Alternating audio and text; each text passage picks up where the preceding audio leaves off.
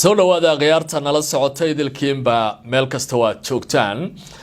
waa 23ka bisha Oktoobar waa fiidnimo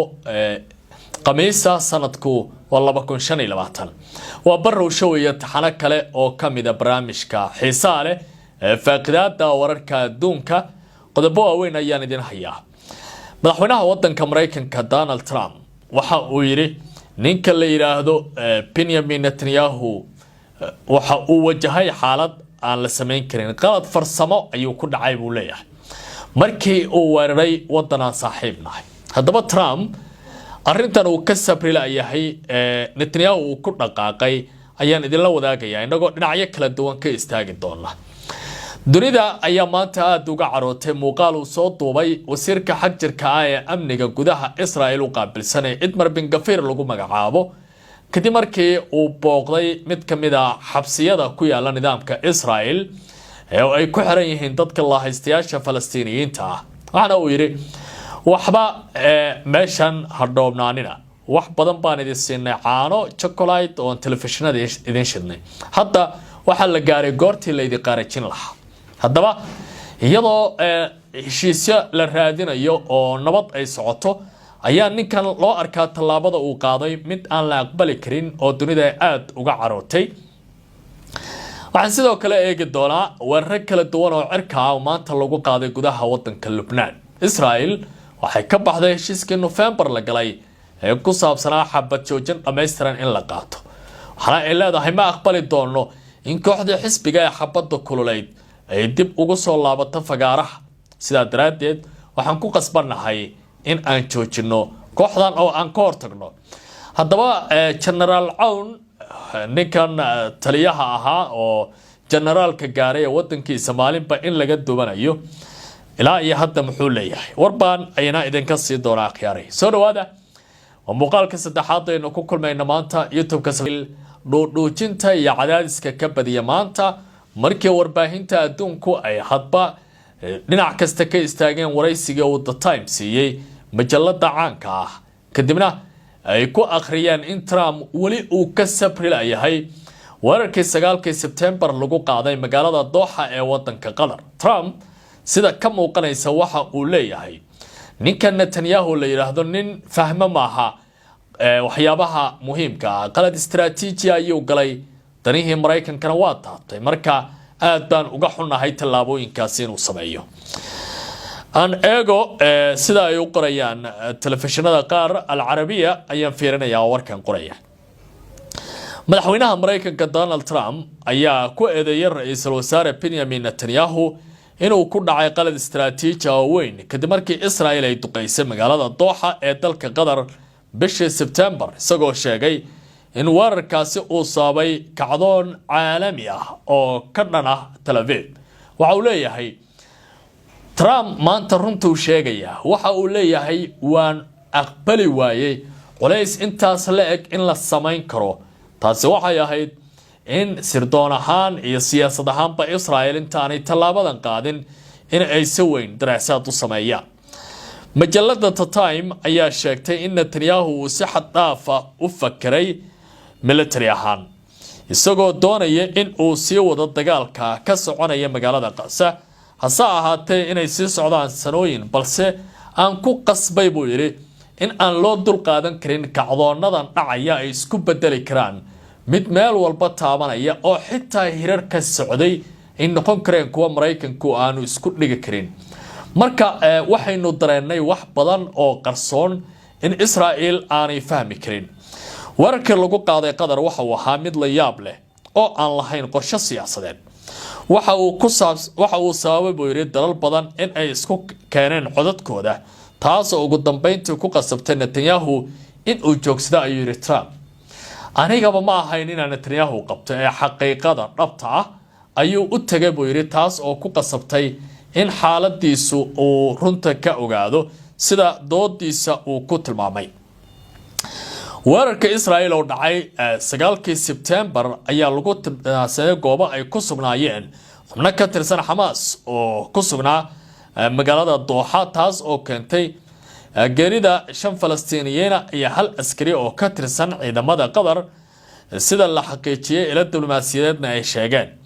go-aankan ku saabsan sii deynta Barghouti runtii dadaal baan ku bixinayaa buu leeyahay Trump ninka la yiraahdo Marwan Barghouti ayaa lagu dadaalayaa sidii lagu sii deyn lahaa Israa'iilna waxay leedahay sinwaar baad arkayseen kan hadii la sii daayo oo shuma saalana baa leeyahay ninkan anaga naqaana nin saalan maaha Trump ayaa sidoo kale sheegay in isagu uu go'aamin doono haddii Israa'iil ay sii deyn doonto Marwan Barghouti hogaamiyaha sare oo ka tirsan kooxda Fatah si door hogaamineed uga qaata maamulka Gaza kadib dagaalka Trump waxa uu leeyahay Barghouti bal in aan ku darno inuu door hogaamineed qaata ayaan doonaynaa ninkan oo qadiyadiisu meel sare gaarsiisan tahay Israa'iil ay ka baqaysa in la sii daayo ayaa hadda yidadiiladiisa muuqanaysa in la sii deyn karo waxa uu leeyahay hadalkii Trump uu wargeyska ku siiyay ee la qoray baan idin fasirayaa waxa uu leeyahay waxaan ka fiirsanayaa arintaasi anigu laftigayga Barghouti waa qof saameyn leh balse waa in aan hubinaa in Gaza aysan noqon meel dagaal cusub laga bilaabi karo libaax Israa'iil gacanteeda ku jira ayaa la rabaa in la soo deeyo la yiraahdo bal markaad dhagaha qaba Trump digniin ayuu sidoo kale u diray ninkan Israa'iil waxana uu leeyahay idinka aqbali doono in aad sii wadaan dunida inaad naga hor keentaan marka waa inaad fahantaan waxyaabaha muhiimka ah ee laga maarmaanka u ah bal in aad sii deysaan xaaladda sida ugu dhaqsiyaha badan inaad nabad ku biritartaan oo dhudhuujinta ka deysaan xaaladdan adag ciidamada cirka Israa'iil ayaa maanta duqeeyay wadan carbeed oo nin generaal uu hogaamiyo wadankan waliba maalin walba waa iska duqeeyaan waa isaga wadaan geedda waa iskala dhacaan bamka laakiin su'aasha waxay taagan tahay generaalka waxa uu leeyahay dunidan ka raadinaya sharciyad malaha darajooyinka generaalku ahayd inuu meel iska dhigo Soomaa saacado kadib kulan madax banaan kulankii madaxda Lubnaan iyo guddiga kormeerka heshiiska joojinta dagaalka hawada ee bariga Lubnaan ayaa maanta mar kale waxa soo yeeray qaylo iyo xaalad kale oo kacsanaana kadib duqeymo cirka istaba joog ahaa oo lagu qaaday deegaano ku tirsan gobolka Biqa iyo waliba hareeraha halka loo yaqaan deegaanada ku dhow waxana goobjoogayaashu ay warbaahinta u sheegeen in 2 saac ee la soo dhaafay la dareemayay ruuxitaan iyo qiic xoog leh oo qaraxyo ah iyadoo shacabka iyo waliba dadka rayidku ah ay ka baxeen meelihii ay kaga baqayeen in aafada qaraxyadu ay soo gaarto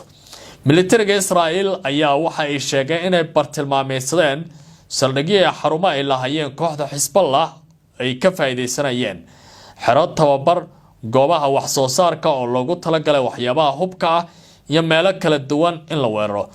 dadka deegaanka iyo hay'adaha samafalka ayaa ka digay duqeymahan in ay sababi doonaan in xaaladda uga sii daraan isla markaana ay abuuri doonaan xaalad kacsanaana taas oo sababi karaysa in heshiiskii la galay bishii November uu meesha ka baxo madaxweynaha wadankaasi Aoun ayaa ku waramaya in Joseph Aoun ayaa ku waramaya in wadankiisu uu duqeyntan u dulqaadan karin isla markaana loo baahan yahay qaanuunka caalamiga in la dhowro marka la fiiriyo Israa'iil waxay sameynayso shalay waxay duqeynaysaa qaybo kamid ah Syria laga celcelinayaa wadanka la yiraahdo hadda aad u jeedaan duqeynayaan Lubnaan maanta Gaza xaaladeeda waa mid adag daanta galbeed waa la qeynaya halqinina lagu hayaa Yemen ra'iisul wasaarihi ay dishay Italiya ciidamada Xuutiga meelo badan ayay iska duqeynaysaa Iran waa tii hore ay waxyaabaha aragtay kaga samaysay Turkiga iyaga waa isku dhaaranayaan Sacuudi Carabiya waa kan Symmetric muuqaalka hore aad ku daawateen isagoo dhahaya geelina habeedda la raaca bariga dhexe Israa'iil waa ku calan walaynaysa ilaa goor ay wax isbedelayaan ayaa la isweydiin doonaa sida qoboladu ay wax u dhigayaan Anfirio wasiirka xagjirka Israa'iil Itamar Ben-Gvir la yiraahdo isna warbuu soo saaray aad u adag maanta waxa uu booqday xabsi la yiraahdo Katsiot oo lagu hayo dadka Falastiiniyiinta kadib daaqad yar buu furay ninkan 3 wiil oo Falastiini ah oo meel sibira fadhiso wuxuu ku leeyahay وأكتي شوكولاتة هذه سين جرني عانو تلفزيونات هذه سين جرني وحوار رمادين حنصو صار يا شرعي اللي قد لها محابيست وقادر muuqaal kana aad u faafay kadibna adduunku saameyn ku yeeshay telefishinka al-Arab al-Jadid oo dalka Ingiriiska ka soo baxa dawladda qadarna ay maalgelisay waxa uu leeyahay wasiirka amniga Israel Itamar Ben-Gvir ayaa maanta mar kale sababay caro iyo cambaareen xoog leh oo Israel qabatay kadib markii muuqaal cusub uu xabsi laga soo duubay isagoo meel daaqada taagan dhalinyaro xirana la hadlaya uu leeyahay waxaan fulinayaa sharciga ogolaanaya dilka toogashada ah ninkan Smotrich waxa uu dhahay dhulkan aan qaadano dhul ku mamay ninkanna waxa uu taagan yahay war dadkan waa balaanayna waa la dilayaaba Ben-Gvir saasuu isagu aaminsan yahay waa marka waaba si kala xaq jiraan marka la fiiriyo waliba ninkan Ben-Gvir amniga ayaa loo dhiibay waa ninkii masaajidka Aqsa dhowrka jeer galay waa ninka dagaalka oranaya hal bilaabo waa ninka Mareykanku ay celinayaan waa ninka dhahaya aniga qasa guriga ka dhisanaya hadda dadkii wuxuu leeyahay waa in la dilaa maxaabiista loo hayay malaa qaar waaba gunaad leedahay ninkan dhaqamadiisa marka aad fiiriso sida wax u dhigayo muuqaal si weyn ugu faafay baraha bulshada ayaa muujinaya Ben-Gvir oo taagan albaabka qol isla markaana maxaabiista aad ugu goodinaya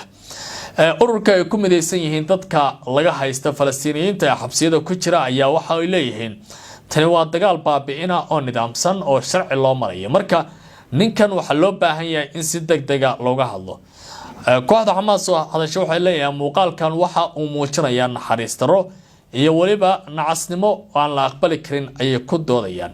waxay soo jeedinayaan dawladda Mareykanka tallaabooyin inay qaado lagu badbaadinayo dadka la haystayaasha ah ee ka maqan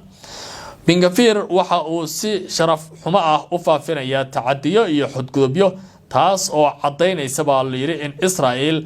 ay ku faanayso dambiyo dagaal waxana ku matalaya wajiga dhabta ah ee dawladda siba lagu yiri qoraal ay soo saareen kooxda